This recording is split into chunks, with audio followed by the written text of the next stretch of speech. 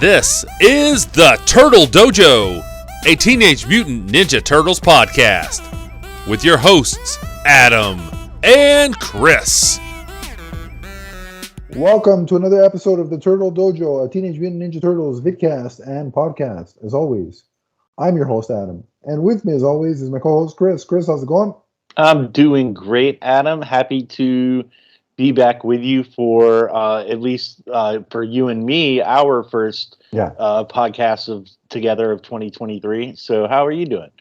I'm doing well. Happy New Year. I know I said it to you privately, but now we'll say it on the show. What's funny is that by the time this releases, the audience will have seen and heard us on podcasts, but those were recorded before the break. Because I had the idea to bank a couple episodes purposely for the new year while we got our recording schedules back up and going. So people will have seen us and heard us, but this is our first actual sit down recording of the year. So if anybody's confused, there's the unraveling of that confusion. But I'm doing well, and it's always fun to talk Teenage Mutant Ninja Turtles with you. And so today the main focus, or the second half of our show, because in the first half we'd like to talk about news when there is news, and there is a little bit. But in the main course of the show will be our continuing coverage and reviews of the comic book event, the Teenage Mutant Ninja Turtles, the Armageddon Game. If you remember, back in 2022, actually you'll be hearing it in 2023. I saved it purposely because I knew how we were scheduling it. But the episode that you've heard before this is issue 1, and the reason why we did that one was because Chris and I got our wires crossed. We both read different issues. And so we said, all right, let's just do the one Chris had read because I had already read it. And so then we committed to covering the Armageddon Game as it was happening. So we'll continue with a batch of issues for that storyline in the second half of the show. But first, as I alluded to just a moment ago, news, Chris. So we know that this year, 2023, we are finally getting a new Teenage Mutant Ninja Turtles movie in the form of the theatrical animated film Teenage Mutant Ninja Turtles Mutant Mayhem, which is being produced by Seth Rogen and his Point Grey Pictures production company. And the style is set to be compared to Into the Spider-Verse. It's what we've heard in terms of the style. And we have, I think, via a licensing show, images of the 4 turtles from the movie. Now, we can't show them on screen because I'm not sure if these images were supposed to be released on the internet, so we're not going to show them on screen, but we have seen them. So I think we could talk about the look of the turtles for a bit. So Chris, what do you make of our four turtles? I think, the first thing that comes to mind is this is skewing probably a little bit younger. These look a little bit more cartoony, not your battle-hardened Ninja Turtles from the Last Ronin, of course. Well, remember, just to go off of what you just said, Seth Rogen has said they are stressing the teenage aspect of the Teenage Mutant Ninja Turtles. Yeah, but I like it. I think they look fun. Mikey looks. I think the images that I've seen do a good job of capturing each of their personalities. Mikey has a big smile on his face. He's in kind of an attack posture, but he looks like he's having fun doing whatever he's doing.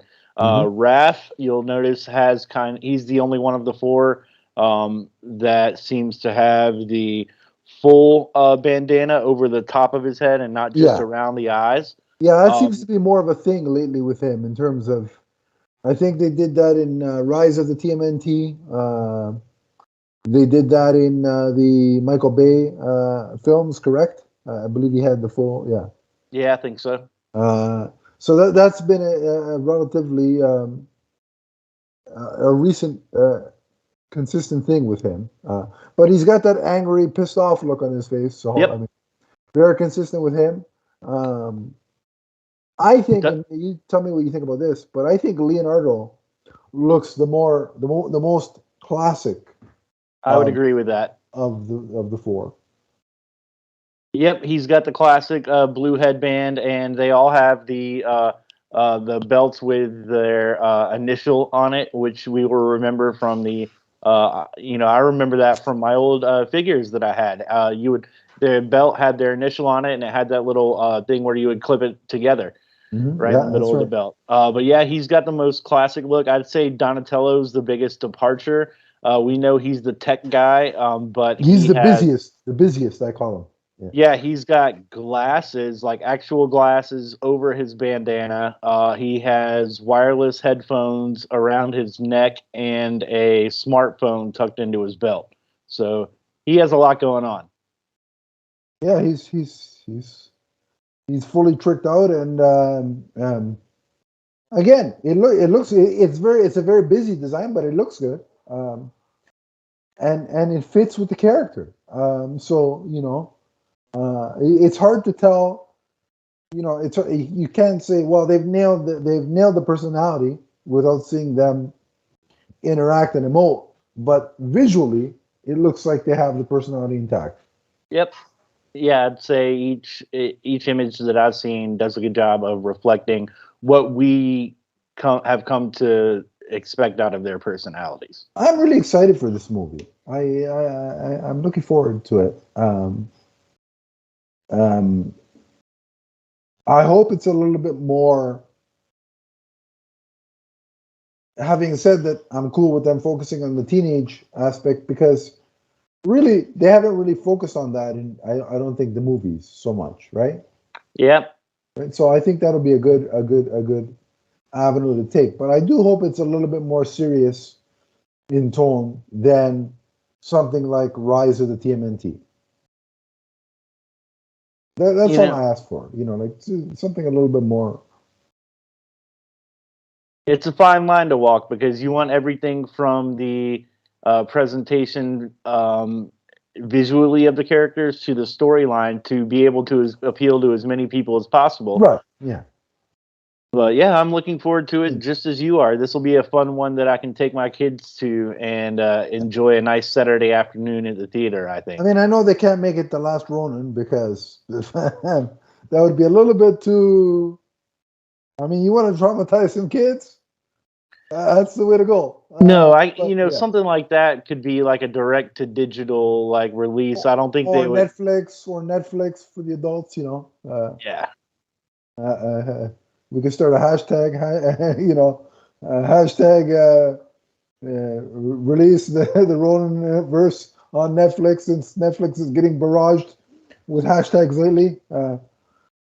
The one I just made up makes a lot more sense than the one they're dealing with, but I digress, business-wise, because they've already had turtles on their service. But I digress. But no, I mean, I understand it can't be the Last Ronin, and you want something for a quadrant that can be for all fans of the Turtles from every age demographic. And I think if they do that, they'll have a success on their hands. Seth Rogen and Evan Goldberg have a pretty good track record, I think. Right. And if they can capture what they're shooting for, which is something in the vein of Into the Spider-Verse, I think that would be quite something. Because that was spectacular. So yeah, I mean, just even mentioning it in the same breath as Into the Spider-Verse, I think is kind of putting a lot of expectations on this movie, because that movie was so great and so well received by everybody. But if this just has something fun, if it can capture the fun and excitement and adventure of that movie, that sort of tone, I think it'll be a big hit. Agreed. All right, so that's all we have on the movie. Don't know when a trailer's coming, or a teaser, I should say. But the movie arrives in August, so Can't be too far away. exactly, it won't be too far away. I mean, we're getting our first Flash trailer with the Super Bowl, and that comes out in June. So you'd probably think for a movie that comes out in August, sometime in April, maybe we're gonna get the first teaser. Is my guess. If I'm going by the Flash's timeline, but then again, going by the promo the promo timeline of that movie is a little difficult because of all the delays and everything associated with that. So it's kind of hard to make a like for like comparison. But who knows? But I'll go ahead and say I venture to guess April is when we'll. And hey, you know what? I'll be honest. Now that I'm thinking about it, attaching a teaser for Teenage Mutant Ninja Turtles Mutant Mayhem with Shazam 2 in March. Right? Isn't Shazam 2 in March or that sounds right. March or April? We got Ant-Man next, and that's in February. And I think Shazam is next after that in March. Yeah, all right. So I think that would be because Shazam is lighter in tone. It's more all ages. Sure, and it's a big family film. Yeah, I think that would be a good place for it. But we'll see. It's a fool's errand to predict when a trailer is coming out, as Twitter will show you. So when it comes, we will watch it and then we will discuss it on this very show. So stay tuned. But since we're going to be talking comics, Chris, there is some comic news, and there was a comic that we reviewed between 2020 and 2021 because of the release schedule. I think it was that would then. The Last Ronin. We know that film is getting that comic is getting a follow-up in terms of TMNT, The Last Ronin, The Lost Years, which will serve as both a prequel and a sequel to the first installment. And that starts January 25th. So as of this recording, it starts next week. But by the time our listeners consume this episode, issue 1 will most likely be out. Cool. But in addition to the main series, IDW has put out a press release saying that The Last Ronin's prequel series is expanding with a Teenage Mutant Ninja Turtles The Lost Years Lost Day special. And what that's going to do is directly focus on the present day future that was established in the first series. And it's going to focus on April O'Neil, her daughter, and the 4 turtles that she was raising in the or that she had birthed, grown. I don't know the terminology you want to use for that, but you know what I mean.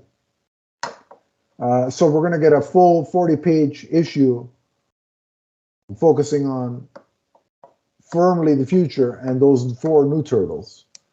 And that's going to hit in May of 2023. So what's your thoughts on, because the rest of the series, The Lost Years, is going to alternate between the past and Michelangelo and his 4 brothers before the events of The Last Ronin, and also alternate in the future with April, her daughter, and the 4 turtles. But this one's going to be firmly entrenched in the present day future. Well, that causes a headache just saying it. But the present day future and the 4 new turtles and April. So what do you think of that? Hey, man, that's a universe that I love to immerse myself in. So pretty much the more content, the better in my mind. But I love April. I don't, I don't view her as a secondary character. Yeah. She's as interesting and as important to me as any of the turtles are, really. So I think it's cool that we're going to be able to experience some of what she went through during those events. And do we know how many issues the Lost Years series is going to be? 5, exactly like the first one. Okay, 5. cool. Oh, that's awesome, man. So that'll give a good room to breathe. I like that long form storytelling over So we'll that have many 6 in issues. total with this spin-off, or this one shot. Yeah, Assuming there's no more one shots announced along the way, which could be possible. yeah. I mean, it's probably anything with that label on it. It's got to be a moneymaker for them right now. So Look, I'll be honest with you. I think after this Lost Years, they're either going to continue with miniseries in this universe, or they're going to do a full-fledged ongoing. I mean, internally, IDW is calling this alternate continuity the Ronin verse. So if they've now given it a verse, because thanks to Marvel, everything's going to be there's going to be a verse attached to everything. So now that they've given it that, I mean, there's going to be more than they're not going to stop at the loss unless the sales tank for the Lost Years, which I can't imagine. no. This thing's going to continue. It's just a matter of will it be continual miniseries or a full-on ongoing. Yeah, man, sign me up. Either way. Listen, I'll be buying. Yeah. So just more of this. I'm here. Because like I said, I got my list, my physical pull list all straightened out. I got 4 DC books, Mighty Morphin Power Rangers, and Last Ronin, with 1 slot for any Masters of the Universe stuff that comes our way. So that's how I've prioritized basically everything I loved in my childhood, because part of me doesn't want to grow up, so leave me alone. And that's how I'm running it. But I'll be there. I'll be buying it in whatever form it takes. But and again, right on this channel, as we are reading The Last Ronin, we'll be here reviewing, or The Lost Years, we'll be reviewing it and discussing it. So come right back. And if you want to know more about the Lost Years when that book starts coming out, we'll be covering it. So stay tuned. But I think that, unless you have anything else on the matter, I think that pretty much covers the news portion. Cool. So we'll take our quick break, and on the other side, we'll talk more about the Armageddon game. We'll be right back. What's up, everyone? It's the Emerald Enthusiast. For all of your multiverse viewing and listening needs, check out our shows, which include Teenage Mutant Ninja Turtles, Ghostbusters, Power Rangers, the Marvel Universe, and the DC Universe, including the Emerald Echo podcast. You can check us out on Podbean, and remember to subscribe right here on YouTube. That's the Multiverse Musings Podcast Network. From the first podcast to the last. And we're back. And as promised, we are continuing our coverage of Teenage Mutant Ninja Turtles: The Armageddon Game, which is the big event in the Turtles comics universe that covers it's got its own miniseries, plus it spills over into the ongoing and some side stories in some other issues that have been added to the event. So, Chris, we left off with issue 1. Where are we going next? What's happening? Let's get a rundown one. All right, next we're going to back to the main series. Teenage Mutant Ninja Turtles number 133, written by Sophie Campbell with art by Pablo Tunica.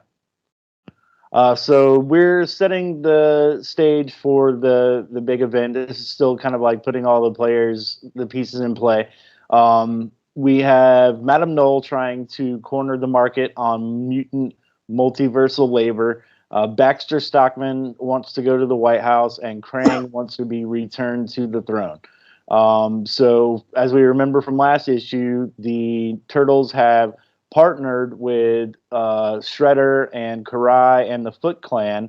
They're all going after or getting ready for the Armageddon game, which is basically it is Rat King, Madame Null, Stockman, and Krang wanting to basically take over the world, starting with America, starting with New York. So Mikey, Leo, and Shredder travel to Dimension X to seek help from the neutrinos. The King apologizes for not being able to offer official assistance, but he does allow Zach and Kayla to return with them. Back on Earth, Jenny is named acting constable of Mutant Town, while Raphael is gone, and he's gone on a search for Old Hob because the Turtles are trying to gather as many forces as they can to bring them in because it sounds like things are about to get real. Well, with that force that you alluded to, that evil force in there, they're going to need a lot of help. Yep. For sure. And you know what? I just while you're talking, as I'll stop you in intermittent phases here, but I find it really interesting how they take the time to, like Jenica has been put into this new role, and I like that they showcase that she's not sure how to handle it or how to broach the responsibilities, and I like that they do that because. Yes, the Turtles are our heroes, but at the same notion, you don't want them to be perfectly infallible, right? And so I dig that, and it's refreshing, but also interesting coming from Jenica's point of view because remember, she was also before she became a turtle, she was a general for Karai when Karai was leading the Foot, right? So she has experience in kind of sort of laying down the law, meting out justice, but it's a different situation when you're on the side of, okay, before I was, sort of not abiding by the law, right? And now I gotta do this by the book. All the while, somewhere in between, I've been a Ninja Turtle for a time period. So it's like she's going through a lot, so it makes sense. Yeah, I agree. It's written very well. You're right. She's not like, all right, Mutant Town, here I come. Get ready to meet justice. She's much more hesitant and wary of it. Yeah. She takes over temporarily in that role. We see Baxter Stockman, who he's mayor, Baxter Stockman, giving his State of the City address, and he is attacked by 4 humanoid turtles, but they have white masks over their face. So those are the ones we saw at the end of Armageddon Game #1. Yep. Mutant Town erupts in chaos, and Jenny needs backup. Donatello calls Angel for help, and as they're talking, her lab hole is blown in the wall of her lab, and she is knocked unconscious, and we see standing outside her lab like 5 or 6 humanoid animals. Right. That's where we're left at the end of this issue. And the other thing, too, with this issue that I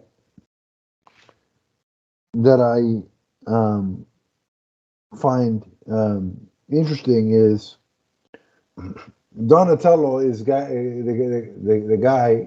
He's in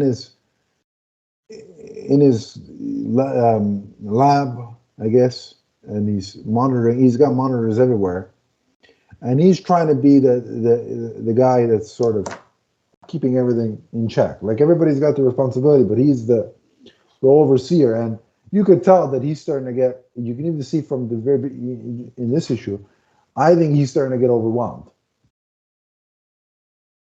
a little bit, and you can start to see that because remember these are turtles that they were used to. They're used to doing everything together, right, in a group. and now they're all divided and They're all going about dispatch in different areas. Yeah. So it's a weird dynamic that we're not used to very often, but I find it interesting.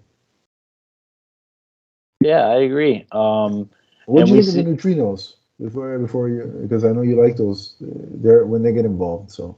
Oh yeah, man. Any neutrino involvement is always cool with me. I like them a lot.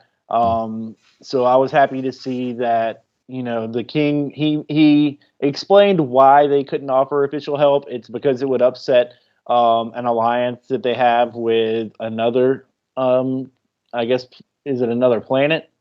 Yeah. Okay. But he was able to send a couple send Zach and Kayla to help with them. So I'm excited that we get to see more of them in the future of this story. Yeah. Absolutely. For sure. And again, you're right. The explanation made sense, and it added a little bit of political. Of a political scenario in there without getting overly preachy or too real world, but enough that it's like, yeah, okay, I can reason with that, I can identify with that, I can understand that. So yeah, it all works, and I like the continuation of seeing what happened at the tail end of the first Armageddon game with the Stockman and the four. Imposter turtles, imposter, alternate, whatever you want to call them. But yeah. So do you want to rate this issue, or you want to rate the whole bunch at the end? Let's just do it at the end, I guess, because I mean I read it all, kind of. And it is all one story, to be honest. To be fair. Yeah. Okay, that's fair. All right. So the next is we're back to the Armageddon Game miniseries. It's number 2 out of I think 8 is what it's going to be. Yeah. So key bullet points here: Raphael finds old Hop to recruit him to help. Mikey and Zach are looking for the Nova posse to recruit them. But Princess Trib has stowed away on their ship. She wants to be involved in helping them, and she says, she's there on an unofficial business. She's not there representing her parents or the planet or anything like that. She has taken it upon herself to help. Yeah. Nova posse. Wait, let me see. Let's see. Leo and Kayla are seeking transport to Dimension Z. The Nova posse agree to help if the turtles and the neutrinos help them capture their bounty, who they almost had, but he escaped their grasp and took off on a spaceship. That's kind of the majority of what happens here. Well, we see in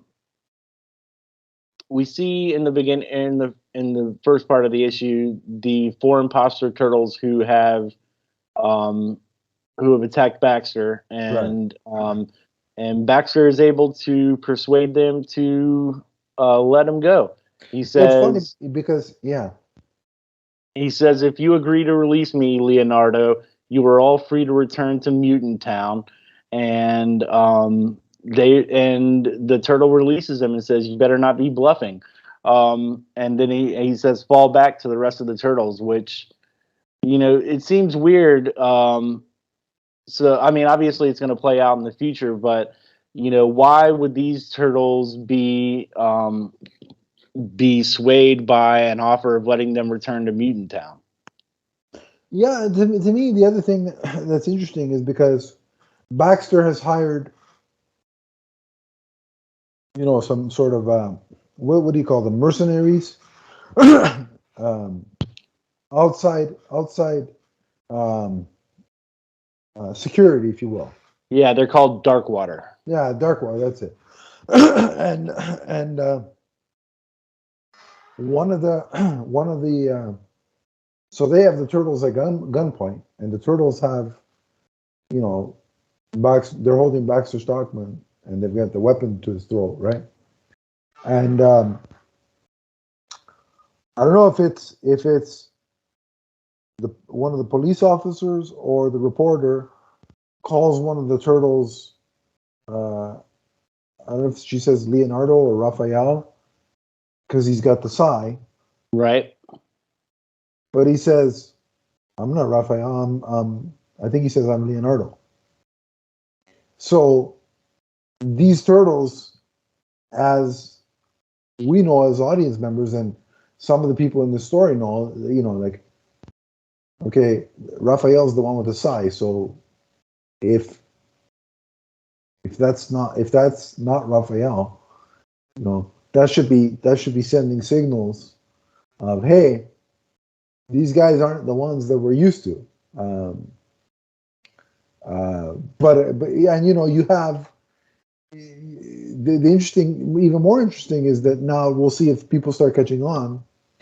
The other thing that I find really interesting is that Baxter Stockman only let them go for his own personal gain because he didn't want them to be martyrs. Like if they got shot on the news, a good portion of Mutant Town and the rest of society would be like, "Oh, look how terrible Baxter and law enforcement is. They shot them, they killed the turtles, right?" So it was really for his own image and his own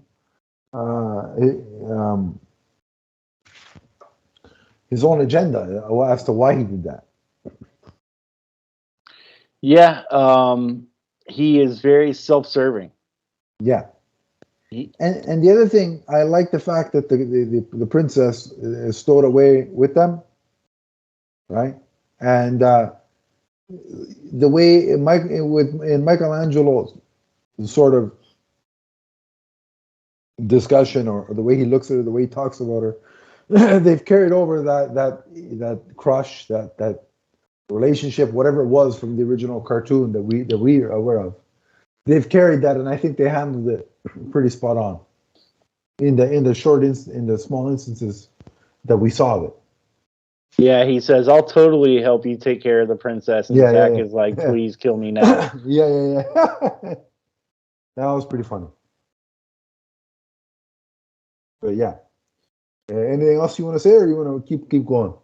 That's about it. Cool. Most of this issue took place in Dimension X, with the neutrinos. I'm intrigued to find out more about this character that the Nova Posse is tracking. Yeah. Let's say, what did they say his name was again? Torben Zix. Yeah. So he got away, and that's part of the deal, that the turtles will help the Nova Posse find him. So I'm interested to see how that plays out later on in the series. Yeah, for sure, absolutely. And I want to see what's up with this big cow head at the very end, which is apparently their interdimensional transport. Yeah, and apparently I didn't know this. I thought this was a new character. But apparently this character was in, I think it's Cowlick or whatever the hell. I can't remember exactly what it's called. Cuddly the Transdimensional Cowlick. That's it. So apparently this character was in the original Mirage comics. Oh, yeah? Because I looked it up. I'm like, did they create this character? Because I'm not familiar with it. And I looked it up, and it was part of the original Mirage run. So they didn't create this out of nothing. So yeah. Seems super weird. I'm into it. Yeah, me too. It's look, if you're gonna get, I love. You know what? One of the cool things about the Turtles is that you have that mix of, you can have, and again, keep in mind when I say this word, it's in the context of we're dealing with Teenage Mutant Ninja Turtles. Okay, like so when I say this word, don't freak out who's watching her. But I love the balance of being grounded with the Turtles or more sci-fi, and you can go both ways, and it still fits. Yep. And this kind of thing shows that. Oh yeah, it's well, I mean, when they're dealing with different dimensions and that sort of thing, it gives you a kind of a license to bring in these sort of out there ideas, and it fits in the world that they're building. Absolutely. Yeah. So that Nice. was the Armageddon game number 2. I think I forgot to name the The issue, yeah. creative team, No, but you that did. was You named the issue, yeah. okay. Cool. So next up is the Armageddon Game Alliance Mhm. number 1, and it says this is out of 6. Written by Eric Burnham and art by Roy Mercado. Mercado. Yeah. Okay. Kurai is visited by a ghost named Masato in her dream. He says he trained her grandfather, and he tells her she must shed her fears to properly lead the Foot Clan. The imposter turtles attack Karai, but their fight is broken up by approaching police sirens. Karai says she is taking a leave of absence with Bebop and Rocksteady to solidify alliances and strengthen the Foot Clan, and their first target is Casey Jones. The Bebop and Rocksteady are asking why she wants their help and not somebody else. And she's like, she says she needs help to find those that she wants to ally with, and Yeah. she might need some muscle, and they're like, oh, that we can do. Yeah. So that's pretty much most of this issue. It's kind of it's kind of all based around her, and Right. so this is the first issue. She did a good job kicking butt when she was attacked by the imposter turtles. Like, she knows right off the bat that they're imposters. She can tell by the Yeah. way that they move that they're not the Yeah. turtles from the Splinter Clan. The way they handle their weapons, the way they breathe, like she's got it down. Like shows you how methodical she is. That she could Yeah, pick up on all these little intricacies to know that okay, these guys aren't the real deal. And what I find really, really, I was laughing when she's watching her tablet and she sees on the news, and I love how they keep in every issue. They've kind of showed the original incidents of of these imposter turtles first appearing. It's the cornerstone, right? That sort of connects. And so when she sees the footage, she's like, "Oh, that's not them." She's like, "Even that idiot Michelangelo handles himself better than more equipped than these guys." But just the fact that I'm like, poor Michelangelo, he's always the butt of the joke. And then I'm like, in my head, I was thinking, just wait till he turns into the Last Ronin. He'll fix you people. But that's true. but so I had a laugh with that. Yeah, she says even the idiot in the orange mask is Yeah, more competent yeah, than those in this video. yeah. Um, but the big takeaway from this, her encounter with the turtles, is not only that how she figures out that it's not them by their movements, their breathing, etc., but that these turtles actually back away from her. Like I sense some fear in them of Karai. Well, it seems like as the issue progresses, they start to figure out that they'll have more success if they try to attack her, as a team instead Yeah, of like, one on one. yeah, They say your attention can be split only so long before you leave us an opening, and they actually seem to somewhat get the best of her until she retaliates with a headbutt, mm, and the four turtles are standing, kind of appearing wounded. yeah, Um, and then she starts to question them about Baxter, but they take off when the cops arrive. yeah, yeah. So it was interesting because you see how in this first encounter, and often this happens when you're trying to deal with, you got to show both characters. Like you get a sense of both their strengths but you see where they can be weak at the same time.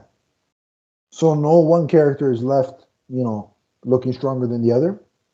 So that when there's that return fight, there's actually a question of, okay, who can adapt better from the last encounter? So it leaves some intrigue. Whereas had Karai just kicked their ass straight out, there's no intrigue for another go round, and vice versa for the turtles, right? Yeah, and these turtles, I mean, we don't know where they came from. Yeah, who they're working for, we don't know that yet. But they act like they seem to think that they're doing the right thing. Yeah. But like you said, they're getting mixed up. You got the one guy with the size calling himself Leonardo. So obviously they're like trying to remember who they are and what they're supposed to be doing, but they seem like they're trying to actually do good. Yeah. And the other one thing I'll say about the sort of Karai talking to ghosts, I like that it was the sort of the founder of the Foot Clan. The guy that trained Shredder. Yeah. Right? It's kind of like, and I know this is crossing the streams, crossing the franchises, but I picture him as like the Mr. Miyagi of the Foot Clan, which is kind of funny. Well, if she's going to be speaking to someone from the past who holds more weight than the guy who created the organization that she is, taking the head of. Right, yeah. And I think it underscores, like, if you think about it, how the Foot Clan started with this guy, how it lost its way with Shredder, and now it seems like, even though Karai was evil at the beginning, she's trying to kind of bring it back, right? And so I like that. It's almost like it's going to come eventually full circle. Because I don't see the Foot Clan going back to full-fledged enemies after all this. I could be wrong, and Shredder does a complete turn and a heel turn again, to use wrestling terminology, and hits the turtles with a steel chair at some point in this 8-part miniseries. But I just don't see full-fledged villainy from Shredder after this. I could be wrong, but we'll see. Well, I think it's arguably more interesting to have them on, not necessarily being on the same team, but having to team up against a common opponent. I like the idea of this uneasy alliance that could snap at any time. Yeah. It just adds to the storytelling, adds more tension, right? So we'll see how it shakes out. And I like how the last thing I'll say about this, Bebop and Rocksteady was like, when Karai's like, I need you to help me build a group of allies. And they say something to the effect of, we're actually better at breaking things, not building them, right? So they know their role in this organization. I love that the first time we see them, they are working out by beating up a car. Yeah. Because a punching bag just won't do for them. They're just pounding on it. It's awesome. Yeah, it's good. Yeah. So if you ever need your car impounded, you know who to call. But yeah, all right. Let's go to the next issue. All right. So next up is the Armageddon Game. No. It's Teenage Mutant Ninja Turtles number 134, the main series. Right. We're back to the art team of Sophie Campbell, and this says art by TBC. Okay. I don't know who TBC is. Unless Sophie Campbell did part of the art as well. Could be. Nope. So I'm looking at a website that is listing all the issues, but so they must not know who it was. But when you open the issue, it's art by Ferope, Ferope. All right, there we go.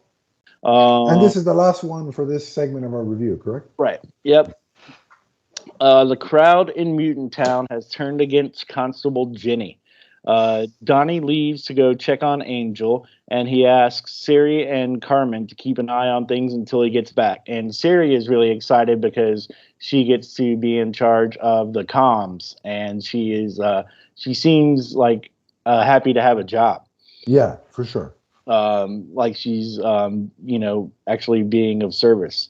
Donnie digs Angel out of the rubble and surmises that she was attacked by Utrons based on tech left at the scene, which was a mechanical arm that he found on the ground in her lab. Jenny and her friends are attacked in Mutant Town, but Casey shows up and saves the day. Donnie calls Jenny and Casey back to the lair so he can lock it down before more attacks are on the way. And Jenny says goodbye to Sheena and the other mutant friends. And as we in the last panel of the episode, we see one of them turn away, and he's got a glowing red eye. Yeah. Very ominous. Indeed. So this is interesting because we're seeing the street level chaos of what this event of these four rogue turtle or strange turtles or imposter turtles attacking Baxter has caused.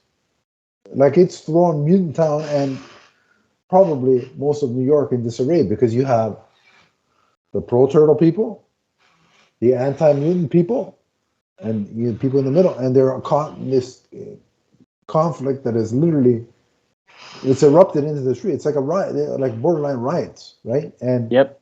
Again, what I like about this is it's taken a fantastical scenario and kind of turned the mirror onto the world that we live in, because we've seen, I mean, take the mutant part out of it, but we've seen scenario. I mean, it'd be cool.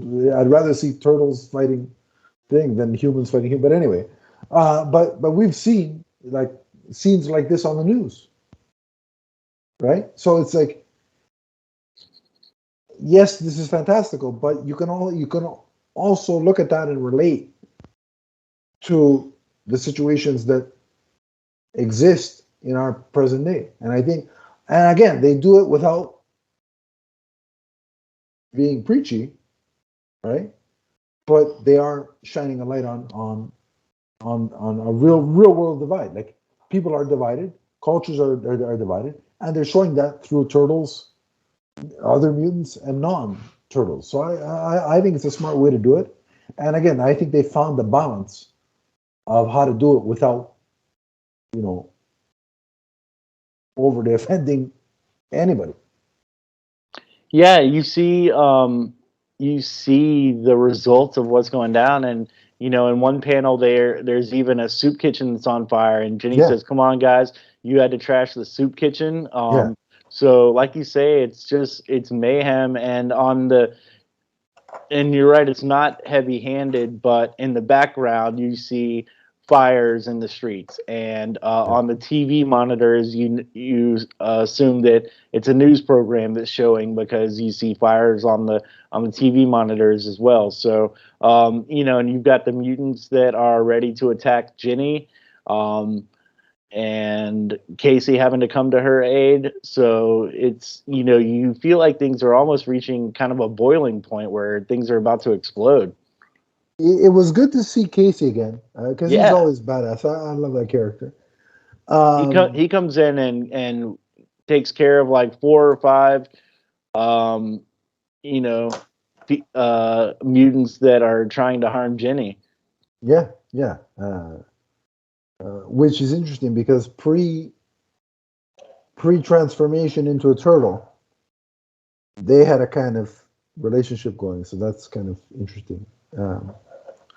But this is what I was talking about, where you really see Donatello kind of starting to get flustered, like he's overwhelmed, and this is, I think, showing him in this light is impressive, because it allows you to miss the unity and camaraderie of the Teenage Mutant Ninja Turtles. They are so much better together as a unit than they are separate.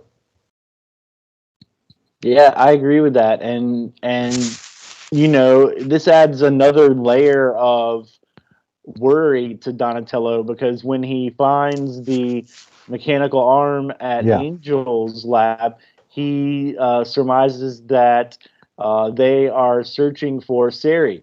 So he has to rush back to his lab to make sure that she's safe. And so now that's another thing for him to be worried about as well. So he kind of like, once he's back in the lab, he sort of like calls in the troops so he can kind of like shut things down and form a plan and move forward from there. Yeah.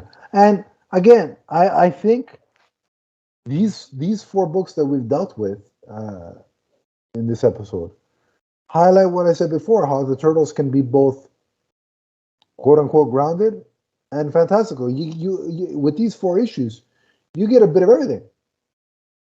You get all of that in these 4 issues, and I think it really sort of runs the gauntlet of everything you can, like all the flavors you get when you're consuming the Teenage Mutant Ninja Turtle property. So far, I think it's been a great balance between both sides of the coin, and in all 4 installments, we've got different writers and artists, and I think they mesh well together. Sure, quite well. What are your thoughts on all that? Well, each different title that we're covering right now is telling a different story set within this same overall story that fits under the umbrella of the Armageddon game. Yeah. So you can tell that there's different types of story beats that are found in each story, but they do a good job of inhabiting the same universe and overall telling one overarching story. Agreed. So, before we rate it, do you have a favorite, do any particular of the 4 issues? Are there certain images that stand out to you, or pages, art that stands out? My favorite page is the Cuddly the Transdimensional Cowlick page. I just loved that piece of art so much. Yeah, that was crazy. Yeah. Like it was the last page of the issue, and that's something that I could see like hanging up on my wall because it looks so fun. Yeah. But as far as my favorite like artistic spread, I think it was when Karai was fighting the 4 imposter turtles. I just the art really conveyed the sense of action in that scene, and so that was my favorite part. To me, it was the highlight. Well, the highlight story wise was the stuff with the neutrinos, but art wise, it was Karai versus the imposter turtles. Okay, so for me, I've got in terms of the art, I agree with you about the transdimensional cowlick at the end there. That was a fun page. It was just fun, and it felt more like a piece from the animated series than anything else. My favorite image was Karai fighting the turtles in the Alliance issue. That artist is spectacular. But I think both in terms of story and art, I think what really captured me the most was the chaos on the street and the mayhem. Like it really sucked you in, and as you're reading, both story wise coupled with the art, makes you feel like you're in the midst of it all while you're reading. So that was that was the hook for me, the main hook. But in terms of a rating, remember, we'll do out of 5 for story and 5 for art. So go ahead, rate these 4 issues. Oh man. So I think I'll give it overall. I think I'll give it a 9. I think 4.5 for story, 4.5 for art. Everything is good here. It's leaving me excited about reading the continuation of this story. But I think everything that the writers and the artists presented in these 4 issues just was something that I could really enjoy, and I'm like I said, I'm looking forward to the rest of it. I can't wait. Yeah, I'm in agreement with you. 4.5 for both writing and story, so a total of 9. Sorry, writing and art.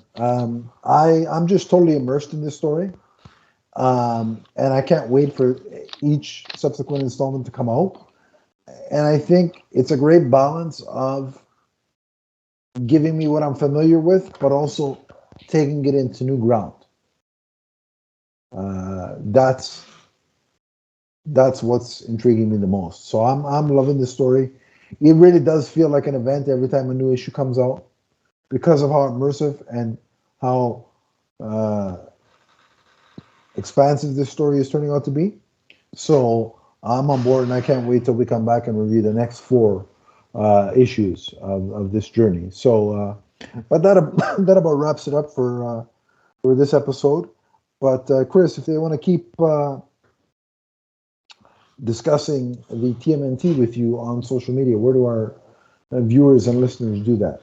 Well, I'm on Twitter at Chris N. Harrelson, or you can search for Commodore Schmidlap, and I will pop up. And I'm active on Facebook too. Adam will post about this in the Facebook group, and I'll be there. Yeah. For me, it's at Adam_Leafsfan on Twitter. We also have the podcast Vidcast Network on Twitter, which is at MMNPDC. Chris alluded to the Facebook group, which is listed in the link or in the description below. The link is, and you click that, I'll add you, and we can continue the conversation there if you'd like. But until next time, remember the Teenage Mutant Ninja Turtles are forever. From the first slice of pizza to the last. So long, everybody. Bye.